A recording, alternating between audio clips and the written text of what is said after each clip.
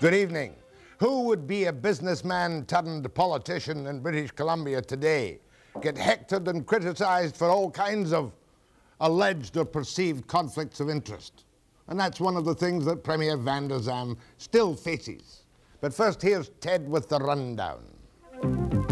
It's a body blow to journalism in BC. Marjorie Nichols is leaving the Vancouver Sun after 15 years. Her last column will appear Saturday, and she's in the studio with Webster. But first, he made the election promise to spell out the rules for conflict of interest. I intend to review existing conflict of interest regulations and guidelines in our jurisdiction and in others. And today, he kept that promise. Tonight, Webster tackles Premier Bill Vander. But are the guidelines worth the powder to blow them to hell? That's the question I must put to Premier Vander tonight. Who is the arbiter of what is right and wrong in your new guidelines? Well, obviously, we do have proposed, or we have proposed to take an outside person such as the Auditor General or the Clerk of the House and have this person arbitrate. Oh, I thought it was you who was the judge, the jury, and the executioner if necessary. No, the third party will report to the Premier and to Cabinet, and a decision would be made. A decision would be made. It's not going to be a law, though, is it? Your guidelines are not a law, and your guidelines contain no penalties such as are imposed in Manitoba and Ontario. No, we have looked at all of the regulations, legislation, and the guidelines provided in other jurisdictions, and we felt the best approach was that used in Alberta. It complements the legislation we already have in place, but it provides us the opportunity of trying it out, and if it needs to be changed, it can be changed relatively easy, and in the end, it could up as legislation. Now, in your statements today, you said that the interest of the public as well as ministers would be best served by full disclosures as required by law for the last several years here in British Columbia. Now, you filed a new disclosure today, did you not? As did every other MLA, yes. Doesn't say much, does it? Well, it says as much as needs to be said, but it certainly, if you tally it all and look at it, certainly reveals basically what each member is involved with. You were big enough to step away from the finance minister's portfolio because of your loans from the government's principal banker, the CIBC. Well, not because of that. Certainly, the appearance I of took the advice that perhaps I would be hounded by this if I continued on as Minister of Finance, and therefore I'd be better off simply doing what I'm supposed to do, and that is be the Premier of the province. But it's also a very heavy portfolio, and to carry on as Premier and Minister of Finance is a bit much for any person. As a matter of fact, it says ministers shall not be involved in day-to-day activities of a business or a professional nature, so you'll have to back away from fantasy gardens. Well, I have. I'm a shareholder.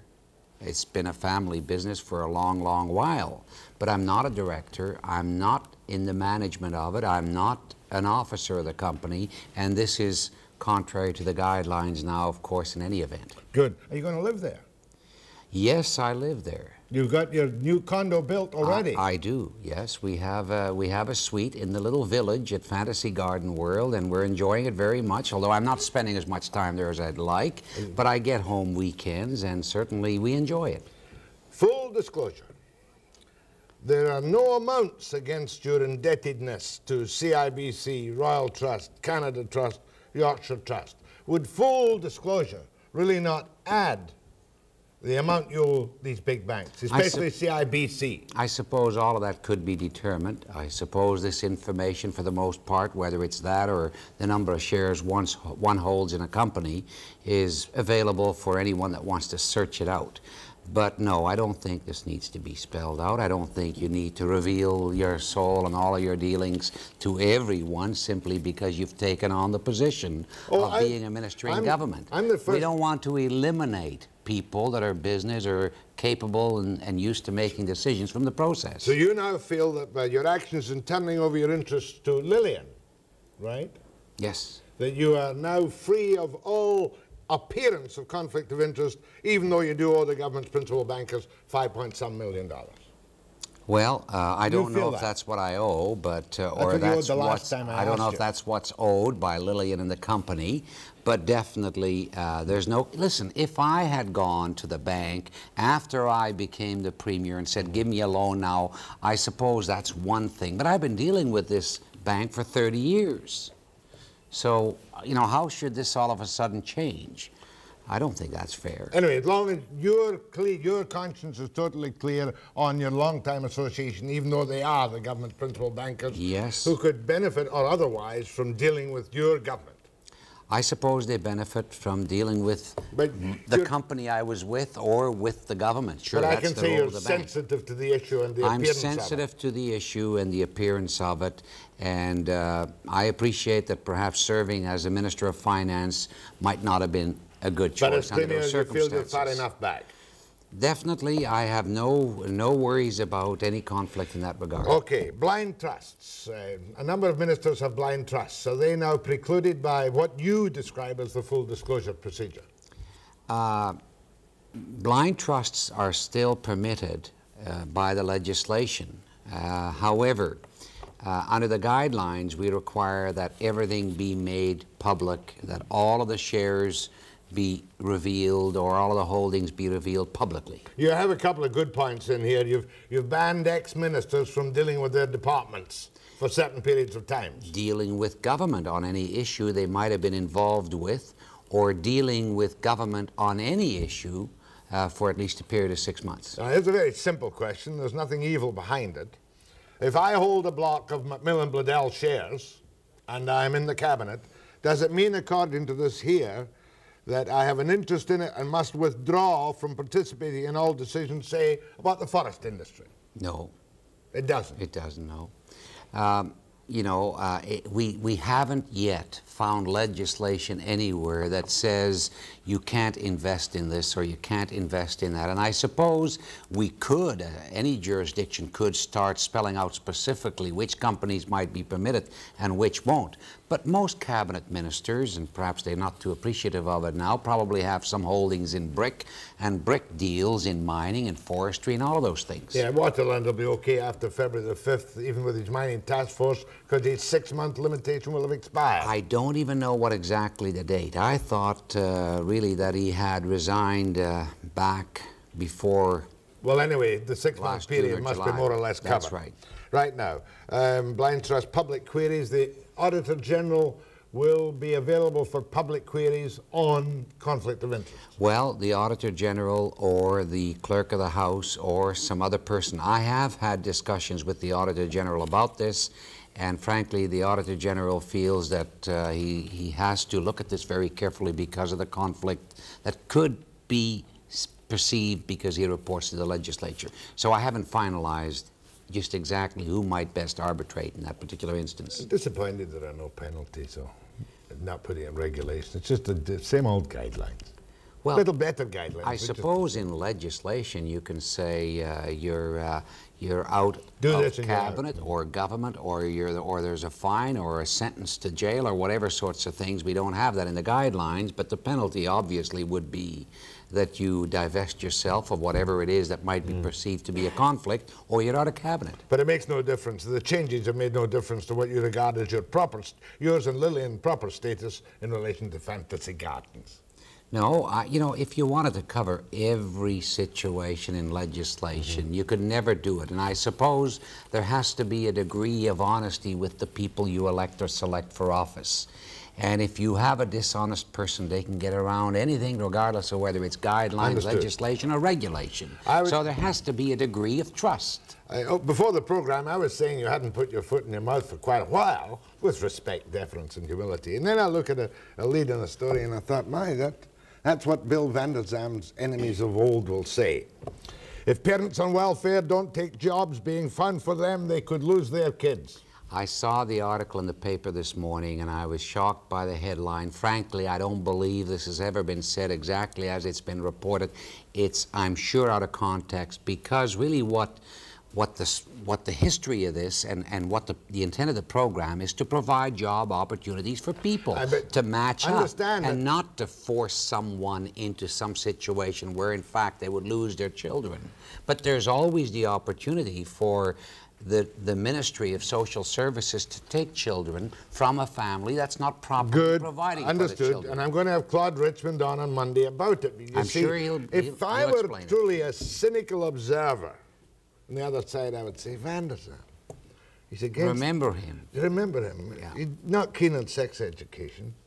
He's against abortion in the main. We have lots of young single mothers that get pregnant and nowadays no abortion, if they were tightening up, keep their children.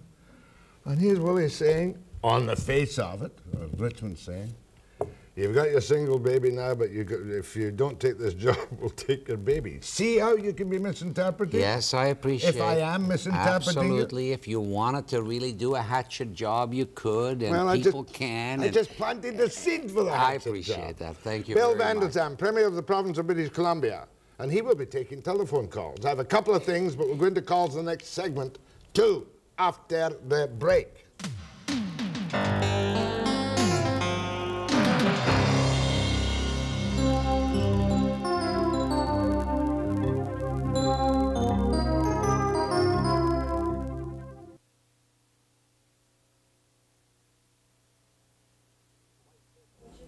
When your Forest Minister Kemp issued his little white paper on what he wants to see done in the way of the repair of the forests, I thought it had been written by Bob Williams. Well, I thought it was an excellent paper, and certainly it's about time that we presented all of those facts, have the industry comment on it, and make some of the changes necessary. Get our pound of flesh after many years. It's a resource that belongs to the people, and the people are entitled to a fair return from that resource. No more sympathetic administration in the Forest Department as was done before. Well, I don't think it's just the Forest Department. I think generally speaking, governments, regardless of where they are in this country, have to, realize that we can't pamper big business all of the time, and we've done too much of it over the years. Are you committed, Mr. Vander, when you get your share of the 15% tax, to put that all into silviculture, reforestation, and job creation in the woods? Well, I'm not committed to put it all in. It'll go into general revenue. And obviously, the emphasis will be on reforestation, silviculture, job creation.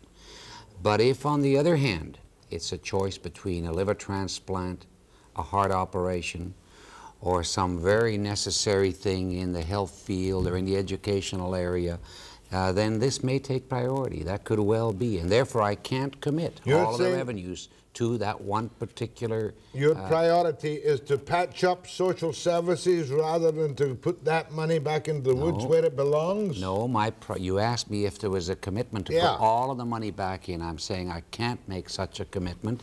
Our efforts will be, our priority will be to try and get as much back into the forestry, into planting trees.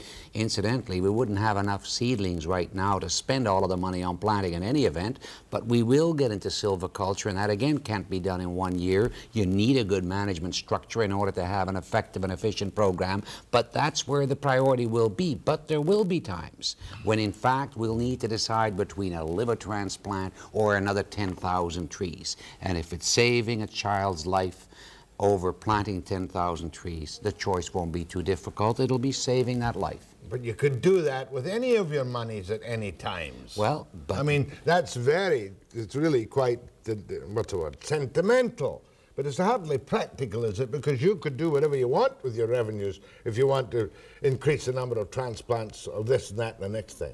Well, yes, but sometimes the revenues aren't there to provide all of the services that one might reasonably expect. If at all possible, we'll work towards providing and committing as many of those dollars as possible towards job creating. But I can't make the commitment that it'll all go there, because 2 years from now you'll come back at me and say, hey, Bill, remember you said. So I can't make that commitment. The priority will be there. We'll do what we can. Your budget isn't prepared yet, but you know you came into an awful operating deficit when you took over. How much was it? $1.2 billion? This year it's going to be in the order of about $1 billion, maybe $1.1 billion in that order. Are you going to cut or are you going to borrow to run the government?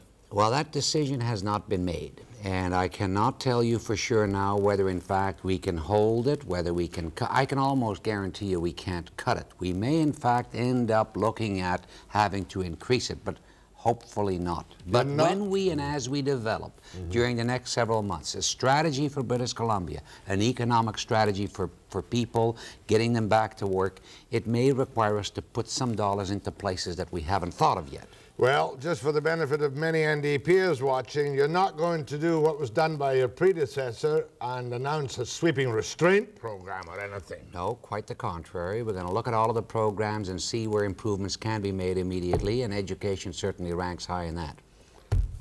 Go ahead to Premier Vander. Hello, Premier Vander. Your government has stressed in this election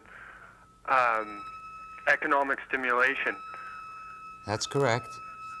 Carry on. Will it be as in the past where economic stimulation is on a short-term basis, which really does not provide long-term benefits to British Columbians, and as well seriously detracts from the environment we have in British Columbia? Okay, good point. No. If the question is, are we looking at mega projects, the answer is no. If, on the other hand, we can entice someone in the private sector to take on a project like Site C and do it now without us having to commit billions, yes, that could be. But our emphasis will be to try and strengthen small business, new enterprise, to work on the entrepreneurship that exists in the province. Go ahead, please. Yes, Mr. Vander.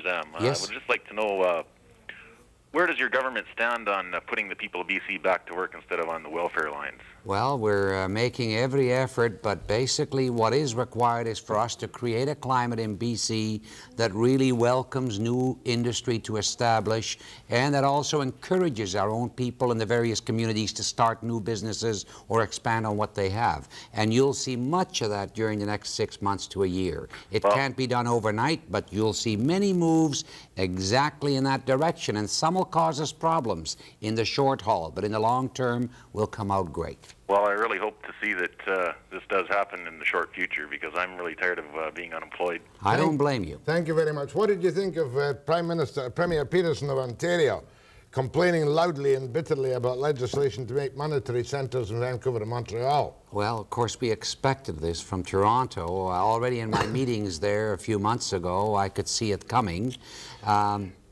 I think we're not going to get exactly what we were seeking initially. Pretty small-minded of them, isn't it, when they've got 4.2% unemployed? Listen, Ontario is prospering like no place on earth right now, and they're pouring money in there yet federally like never before. We've got problems in BC, and we're hoping to address those. We need to get our fair share in Confederation too, and that's much a part of the program we're developing. And the icebreaker?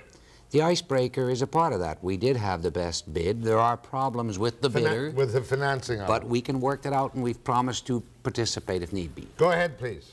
Oh, you've promised to participate if need be. Yes. Just a minute, hold on. The BC government will, if necessary, add a little stability to make sure the contract can be carried out in BC. Yes, we will. How much? Well, how much?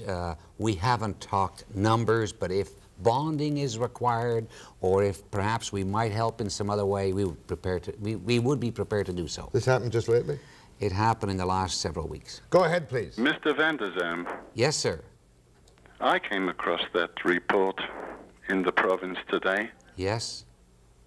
And I found it almost heartbreaking. As a senior, I felt that it's a damn shame that Mr. Richmond is unable to walk in the shoes worn by the welfare families for a few weeks before he sets himself up as a judge of them and their activities. Well, keep listening to Mr. Webster, because he'll have Claude Richmond on one day very soon. Monday. I understand Monday. Well, and frankly, in fairness to the columnist or the reporter, it should be said that he doesn't, or she doesn't take responsibility, I'm sure, for the headline. Well, I'll have Richmond on. That's why I raised it the Premier caller, because... Well, in fact, when I called the province, I was told that there was more in the press release than that was contained. Fair enough. I'll continue that Monday with Richmond. Go ahead, please. That. Yeah, Mr. Vander, I couldn't help but chuckle when you were talking about how you distance yourself from fantasy gardens. First of all, Well, there's the issue of community property, and you're living there. I mean, how can you actually sit there and pretend that you have no involvement in there whatsoever? And I love the place, and I would much prefer to go there than go to a bar or go to a that's not fancy answering the restaurant. question, Bill. We know you're fond of the place. Absolutely, and I hope a lot of other people are too. It's a great industry. Incidentally, Not answering the question. Well, let me- how can let you me- claim let me get that this you in. put that operation at arm's length when you're married to the woman that owns it?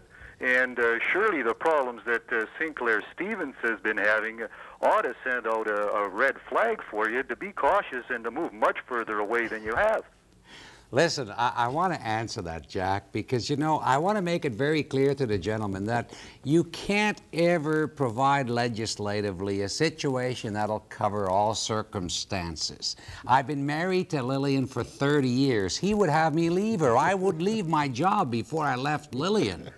Number one. Secondly, I love the place. It's been the family business. We're all involved. And if I want to spend a few free hours at Fantasy Garden because I prefer it to a restaurant, a pub, or a visit someplace else, that's for me to decide. I mean, you know, you can carry this thing to the ridiculous. Yeah, Bill, there's only the one thing Yes. that irritates sensitive, that concerns sensitive observers. I mean, you had the place before you decided to go for Premier. That's right. You were Thank building it before you were chosen by popular acclaim up at Whistler. Right?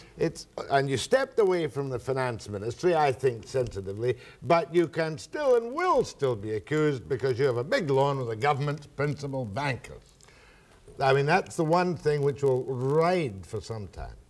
Well, yeah, you know, the loan You got to was... accept my assessment. The on that. loan was there. What do you want me to do? Change bankers? I mean, you know, you can't... It's your problem, not mine. Oh, thank you. After the break.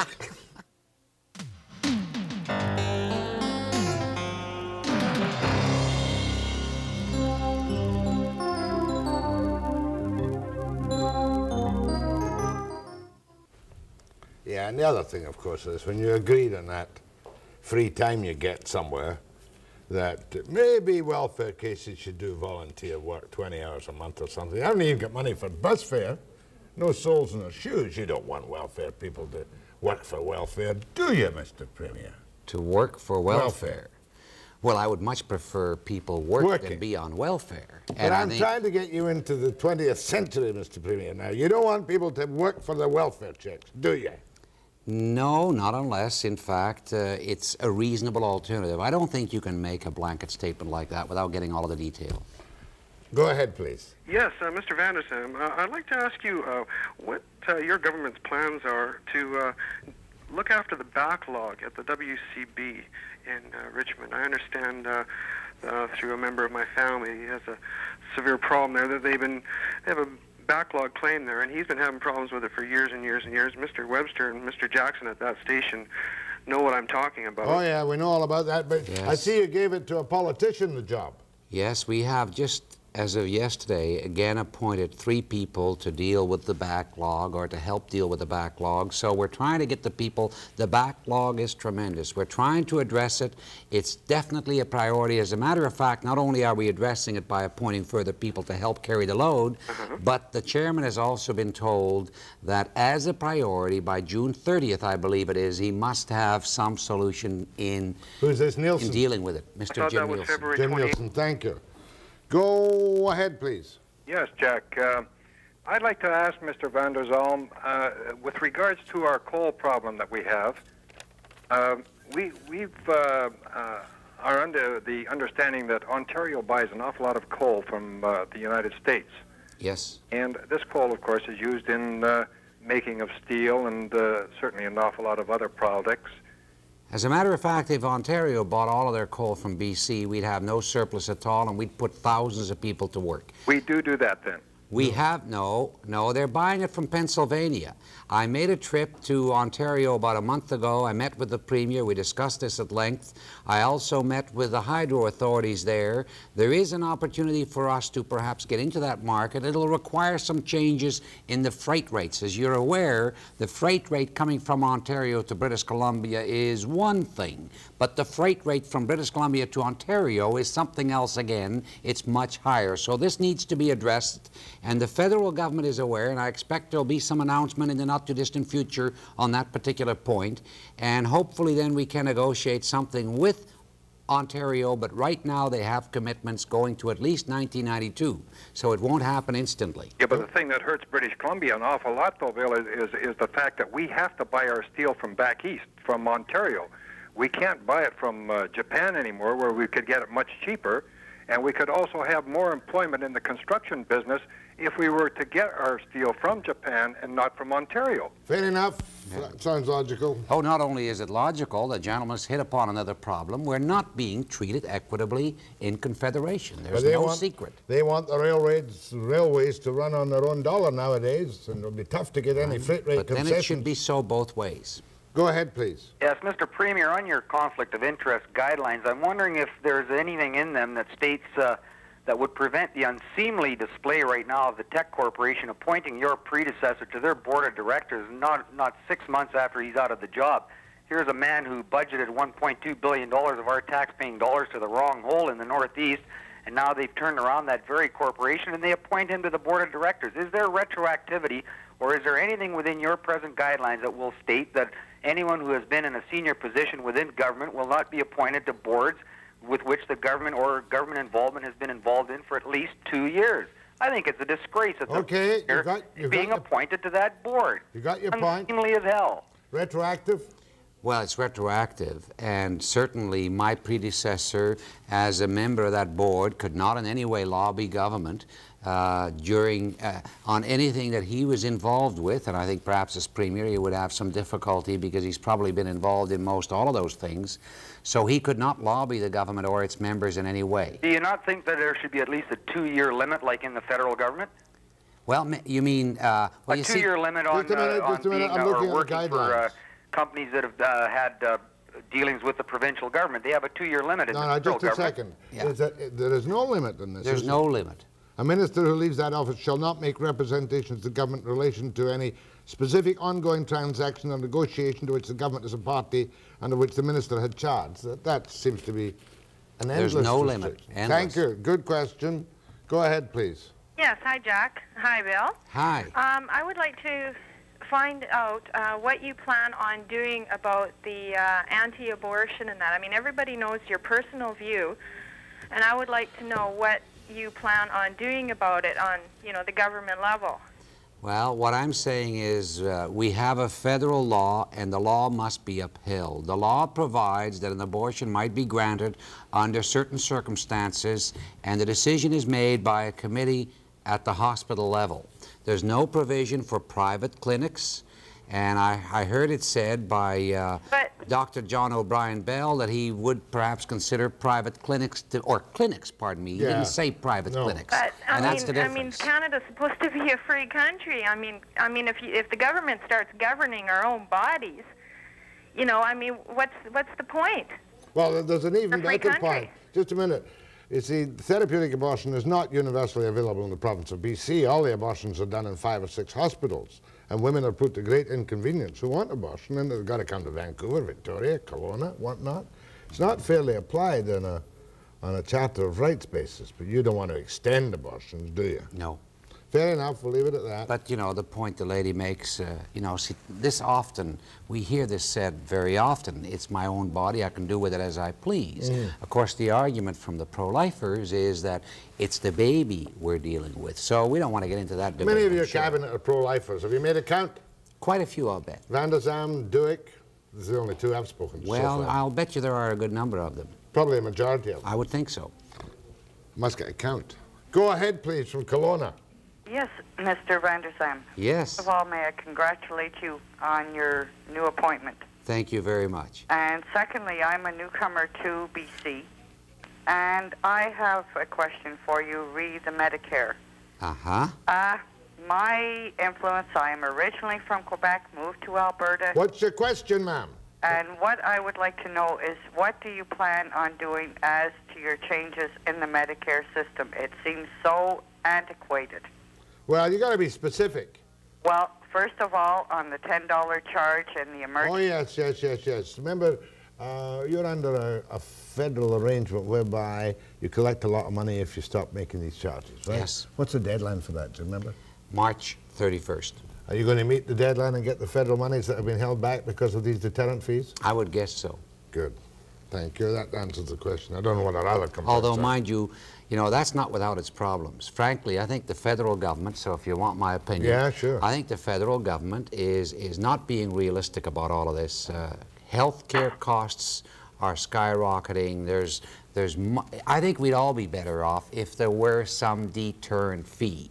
If people, when they go to the doctor, were required to pay $2 or $5 so you don't go for a little cut in the finger, it would save the planet an enormous amount of money that could be better used for that liver transplant or that, that heart condition. But that would hit right against the feds and you wouldn't get that money. But the feds govern that.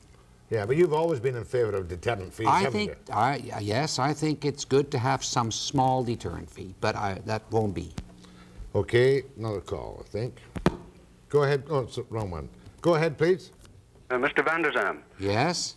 As a result of your government closing down the motor vehicle testing stations, the streets of Vancouver are loaded with cars that are nothing short of wrecks. And I would suggest to you, sir, when you keep saying that your first priority is to create jobs, that you could reopen those testing stations, and I would suggest that you double the fee from $5 to $10, or even a little more. Nobody would mind paying it. And you could put at least 130 people back to work. Now, you ask any police officer in the city of Vancouver about the wrecks that are driving around these streets today, it's a disgrace. Hold on. He's right, Mr. Premier. I'm inclined to agree. Will you look at it? I certainly, I can assure you we are looking at it right now. And whether it's through government stations or whether we make a good arrangement through some private stations throughout the province so it's available everywhere as opposed to only in Vancouver, I can't tell you, but we're looking at it. Marjorie Nichols leaves the Vancouver Sun. Last column Saturday goes to Ottawa. Well, I think we're going to miss her. She's a great columnist, perhaps one of the best in the country. I've often disagreed with her, but I enjoy reading her all the same. Even when I disagree with her, and I hope many others do from time to time, but she's super and we're going to miss her. Terribly much. Marjorie Nichols next after the break.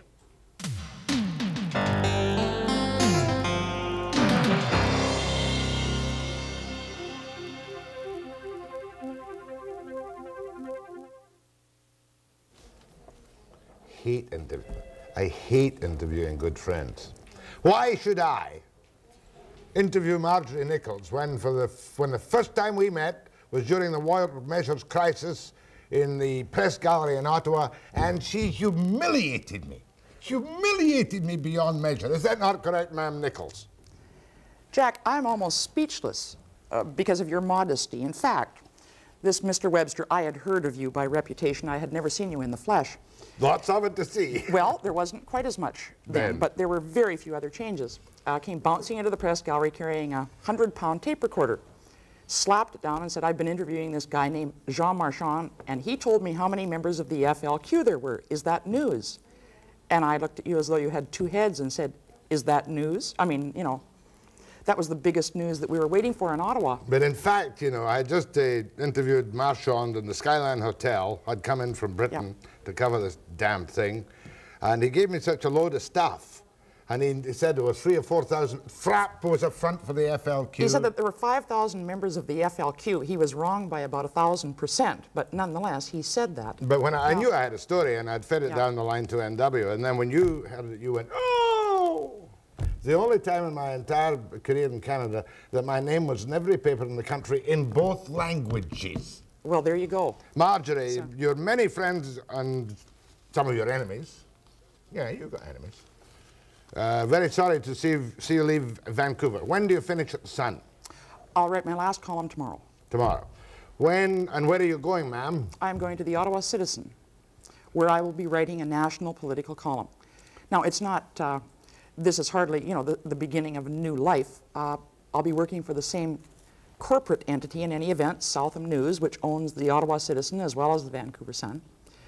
But of course, after 15 years, it's difficult. Now, you yourself will discover as you become older that the older you become, the more difficult these changes become. Very difficult indeed, ma'am, but meanwhile, you're going to be covering the Hill. I will be covering the Hill. Well, it will certainly add a breath of life, a spark of sanity, and some sane political comment to some of the stuff we see on columns from the Hill. However, that's beside the point. As you look back over your 15 action-packed years in British Columbia, you've been through how many regimes? W.A.C. Bennett, Right. Dave Barrett, Bill Bennett, Bill Vander. I can't ask you to rate them. Who was the best fun to write about? Oh, Dave Barrett. No question. No question. What's that? But I think that probably Bill Vander is going to give him a real run for his money. WAC was something else again, of course. Jack, I was just incredibly lucky. You know, I don't think that we really ordain our own, you know, paths in life, that there's these coincidences arrive. There had been reporters sitting out here for 20 years, you know, waiting for the demise of W.A.C. Bennett. I arrived in January of 1972 to cover what was his last session. And he was an incredible guy. He was one of the, I don't think it's simply that I'm becoming old and nostalgic. I think that there were some premiers from that era who were bigger than life. Yeah, they were, you know, looking back on it, for all the little two-bit fights and quarrels and squabbles and idiocies that I would indulge in, he had vision. Yeah, he never indulged in two-bit squabbles. That's the point. We indulged in it with him. That's right, but I mean, this was the guy who went down to federal provincial conferences and unfurled a new map of Canada, you know, had them rolling on the floor. And in fact, his approach to Confederation was not to be bothered with any of the small meetings or the petty affairs. He simply, he came if he had to. Usually if there was a 3-day conference, W.A.C. Bennett arrived 1 day late and left 1 day early. But he made his headlines in the day in the middle. Exactly. That was when he wanted the 5 regions. He had the whole country broken into 5 regions. And he had this great eye face to the south. I wonder what he'd have done about the free trade bit now. W.A.C. Bennett, in the last speech from the throne that he delivered, Jack, espoused a free trade policy. He said simply that it was the, you know, it was the manifest destiny, at least, of the west coast of the continent. So the guy, definitely, I mean, he had what can genuinely be called vision. He phoned me up one day on the air, he got through on a semi-private line and said, "Webster, you're a liar," and hung up the phone. Yeah. Well, he did the most devastating thing that any politician can ever do to a reporter. When you had written something that was particularly filthy, he'd walk past you in the hall, never stopping, and say, "Fine piece, my dear," yes. And keep going. You know, it was... The highlights of Barrett's career as Premier, of course, were many. But I always felt that he blew the chance for a middle-of-the-road government for this, which might have lasted a lot longer. Don't you? Sure. No one would have approached government the way Dave Barrett did if he was looking in terms of longevity. What the guy did was he took, and in about 1,000 days in office, he initiated more changes, more pieces of substantive legislation went through that legislature than there are, you know, hay that goes through a baler out in the field. Much of it has survived. About, I would say, something around 65% of Dave Barrett's legislative initiatives. He simply rewrote all of the laws and rules and standards by which BC is governed. And after he'd rewritten the law, Mincombe was one item that came to my mind. You'd interview him, he'd make a statement, and the advertising agency would be running around and say, "Did he change the act today again? We've got to change the ads." Yeah, well, you see, he was wonderful. In fact, he makes Mr. Vander look cautious in some regards. Any time that you needed him for a comment, you know, for any deadline, you could get him. You just walked down to the Premier's office and whistled, and he came out and gave you his comment or jumped up and down. Let's leave Bill Bennett for the moment and jump to Vander. An incredible performance since he became leader at Webster, isn't it? Well, Jack... I mean, I'm talking his personal performances, his availability. Well, sure, but he hasn't done anything substantive yet to show us what kind of a premier he's going to be. Who's running the government, yeah? Well, there's no one running the government yet that I can see. Now, some of the I mean, look, this is a province that is in a severe state of economic decline. It can barely be exaggerated. We have a net outflow of people from British Columbia for the first time in the history of this province. Oh, yeah. We have head offices leaving town at about the same rate as, you know, U-Haul vans. And what are his priorities? He's talked about cheaper beer. He's talked about gambling on ferries. Now he's talking, for heaven's sake, about the possibility of taking single mothers off welfare. Now, is this the man who was elected, who said that, you know, reestablishing a viable economy in British Columbia was going to be his priority. The guy's been in office now for 6 months. Where is it? I hear I'm negative about conflict of interest. But he's charming, he's agreeable, and I don't think that that's to be diminished. Well, those certainly of course, are the time assets. for his performance is once the legislation comes in the session, what he does with the budget. I questioned him quite extensively about this business, not putting the 15% money into the forest, but talking with sentimentality about kidney transplant. Jack, it still seems to me that a leader of a province that is in this current state of economic downturn, that it's curious that he has more definitive answers to questions about how he's going to get mothers off welfare than he does about how he's going to spend $400 million and put people back to work. Your questions to Marjorie Nichols, the inimitable Nichols, after the break.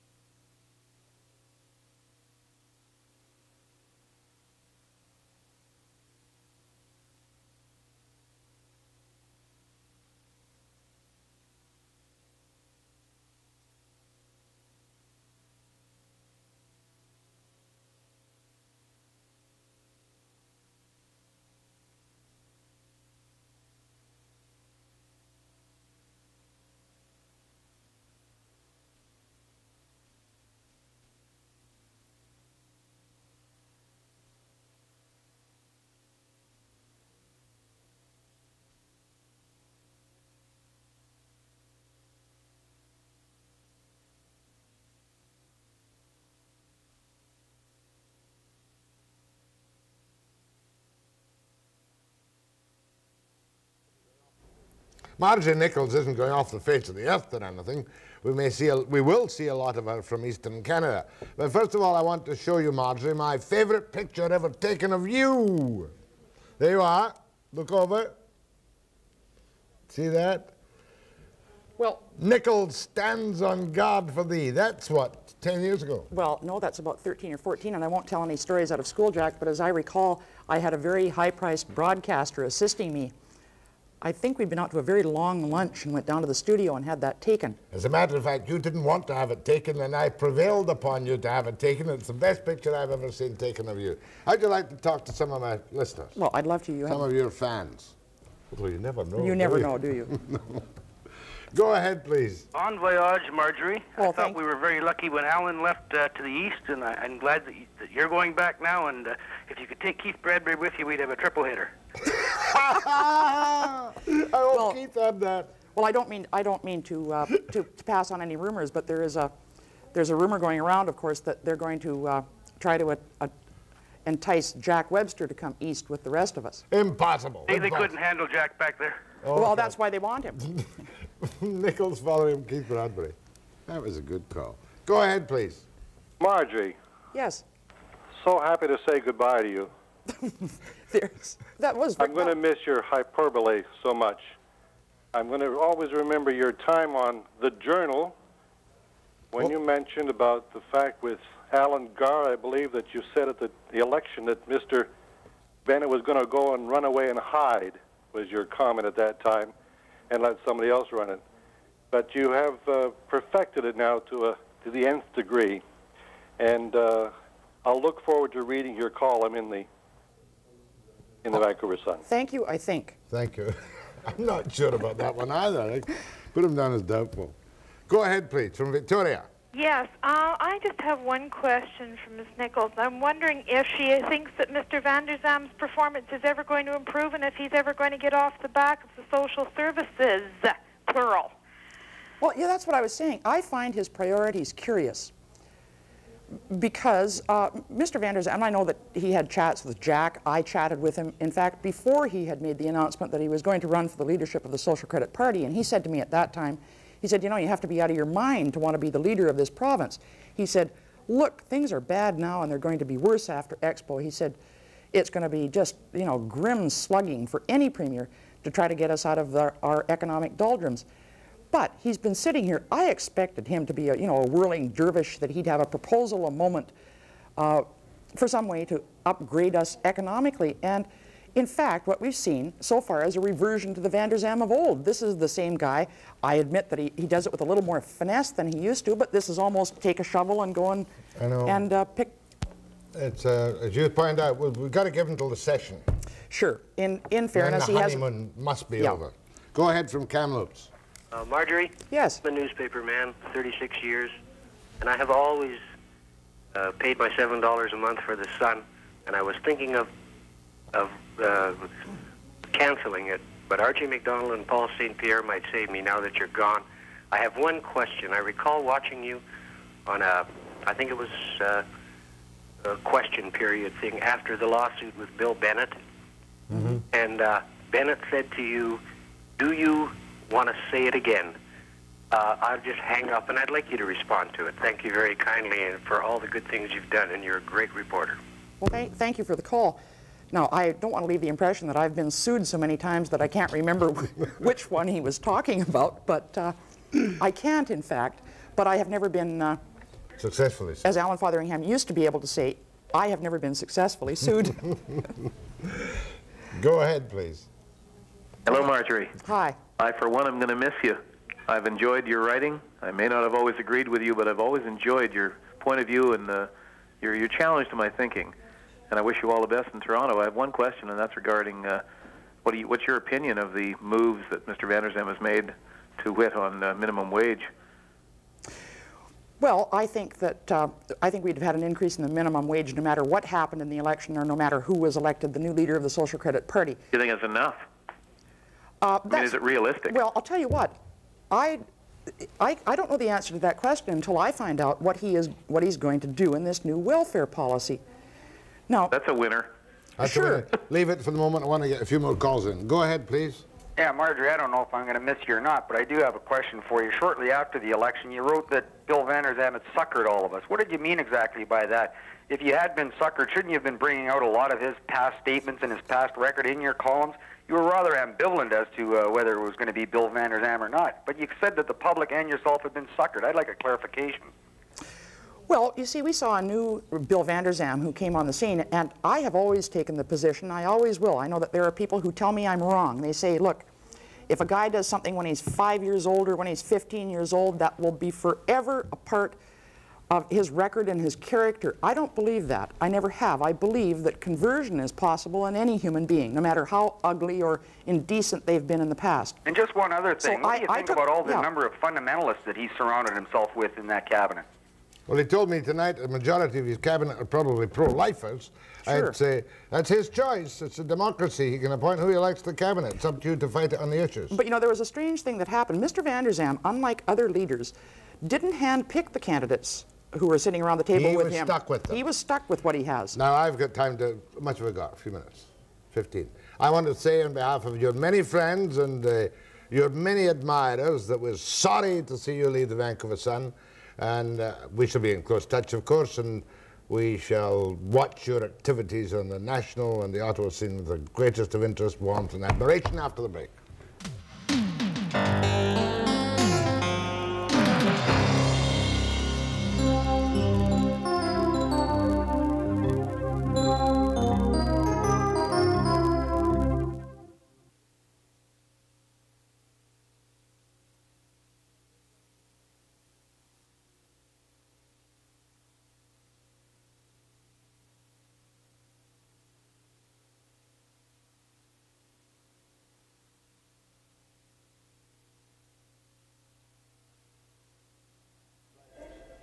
Tomorrow's Friday, yeah.